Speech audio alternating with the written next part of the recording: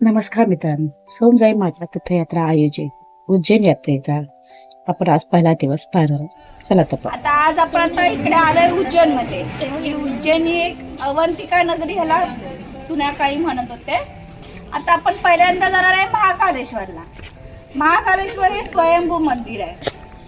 स्वयंभू मंदिर म्हणजे काय की तिथे शंकराने स्वतः प्रकट झाले म्हणून त्याला स्वयंभू मंदिर म्हणतात. आणि तिथली भस्म आरती प्रसिद्ध आहे. भस्म आरतीचं महत्व काय, हे आपलं नंदी मंदिरातून गोमय भस्म आणून ते महाकालेश्वरला अर्पण केलं जातं. त्याला भस्म आरती म्हणतात. ही भस्म आरती सकाळी 4 ते 6 असते. तर आपल्याला झालं नाही त्यामुळे आपण ऑनलाईन बुकिंग करायला लागतं. त्यानंतर आपण आता येणार आहे जेवण करायला.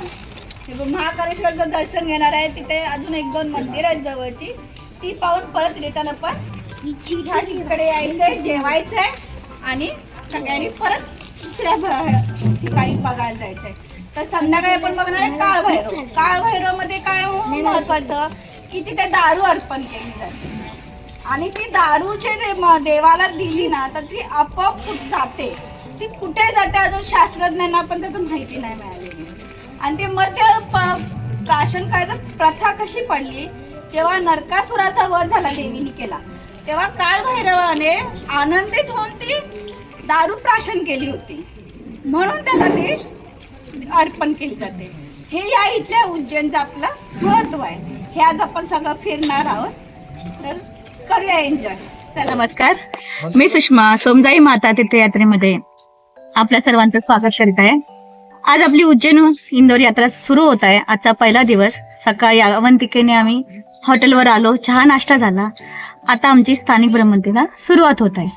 प्रथम आम्ही जाणार आहोत महाकालेश्वर या मंदिरामध्ये. का सिंहासन सिद्धि माता शक्तिपीठ करके रिटर्न आएंगे, खाना खाएंगे.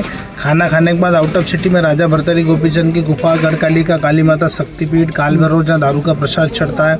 सिद्धवट जो विक्रम बेताल की कहानी आती थी उसमें जो भूतिया वृक्ष पेड़ था वो पेड़ आज भी हजारों साल पुराना है. स्वागत लेडीज लोग दर्शन करते वक्त अपने पति की लंबी उम्र की कामना करते हैं. उसके आगे मंगलनाथ मंगलगिरी की जन्मस्थली, शांतिपनी आश्रम जहाँ कृष्ण भगवान ने पढ़ाई किया, राम मंदिर जो ऐतिहासिक राम मंदिर है. खाना खाने के बाद का प्रोग्राम. भैया का नंबर ले लेना. हे आहे विक्रमादित्य मंदिर. महाकालेश्वरचं झाल्यानंतर हे विक्रमादित्याचं सिंहासन, हे बाकीचे त्याचे सगळी होते त्यावेळेचे ते. या आहे भरतुरी गुफा. ह्या गुफेमध्ये इतकं छान वाटतं, तसं जणू काय अजूनही अनुभव जाणवतं की साधू तिथे जप करत आहे. ह्याचा अजूनही तिथे तरवा जाणवतो. तुम्ही एकदा कधीतरी जा, छान पाहण्यासारखी गोष्ट आहे. गुफा एकदम आतमध्ये गेल्यावरती जी ऊब जाणवते ना, ते तिथे गेल्यावर जाणवते. त्यामुळे नक्की तुम्ही तिथे जाऊन या अशी मी तुम्हाला विनंती करते.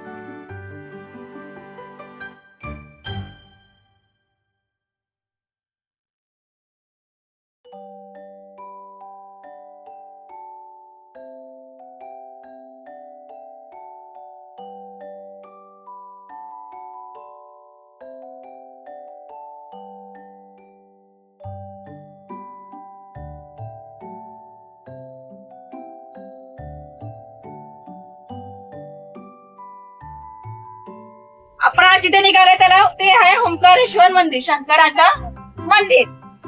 ओम आकारी हा आकाराचा ते बेट असल्यामुळे त्याला ओंकारेश्वर हे नाव पडलेलं आहे.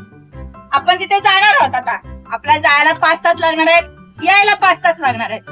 त्याप्रमाणे आपण पोहोचलो. खाली आपली जितकी बस आतमध्ये जाईल तिथपर्यंत नेण्यात येणार आहे. तिथे असते रिक्षा.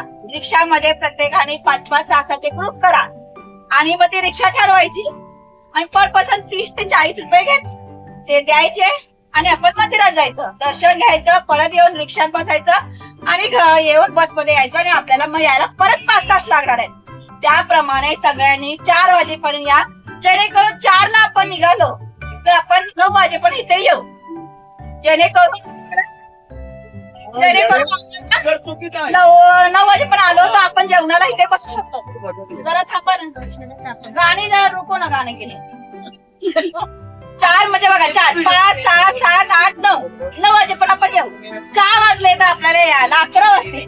मला जेवणाला उशीर होईल. त्यामुळे त्याप्रमाणे सगळ्यांनी आपल्या शिस्तीचं पालन करा, वेळेकडे लक्ष द्या पटापट जा, पटापट दर्शन घ्या, पटापट या. धन्यवाद. ओंकारेश्वरला जाताना सकाळचा यात्रेकरूंचा प्रवास.